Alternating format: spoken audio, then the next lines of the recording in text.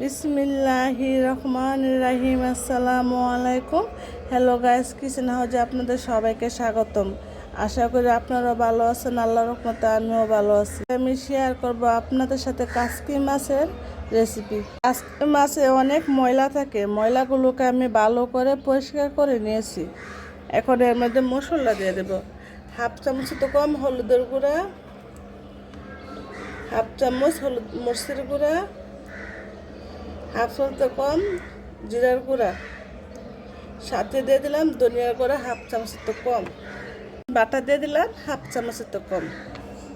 এখন দিয়ে দিলাম পরিমাণ মতো লবণ, সাথে একটু সয়াবিন তেল দিয়ে মাছগুলো মেখে নেব।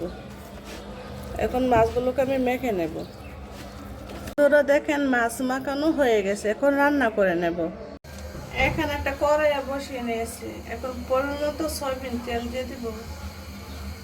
পেঁয়াজ কচিগুলো দিয়ে দিলাম। পেঁয়াজগুলোকে বেজে নেব। পেঁয়াজ বাদা হয়ে গেছে, এখন মাছগুলো দিয়ে দিলাম। মাছগুলো বেশি নাড়া দেবে না, বেশি নাড়া দিলে মাছগুলো কাটা হয়ে যাবে। একটু জাল হওয়ার জন্য 4-5টা কাঁচামরিচ মাঝখানে ফালি করে দিলাম। আমি এখন মাছগুলোকে আস্তে করে একটু উল্টে দেব, যেমন মাছগুলো ভেঙে না যায়। মাছ কষানো হয়ে গেছে, এখন আমি সামান্য পরিমাণ বুলেট করে দেব। এখন দিয়ে দেব ধনিয়া পাতা। ধনিয়া পাতা দেওয়া হয়ে গেছে। দেখেন তরকারিটা কত সুন্দর মশলা কালার এসে গেছে।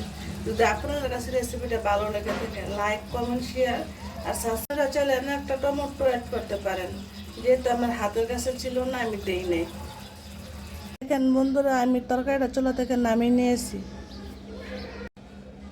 নামিয়ে নিয়ে বাড়িতে পরিবেশন করে নিলাম। আপনার কাছে যদি রেসিপিটা ভালো লাগে থাকে, পরিবারের সবার সাথে শেয়ার করে নেবেন। আল্লাহ হাফেজ।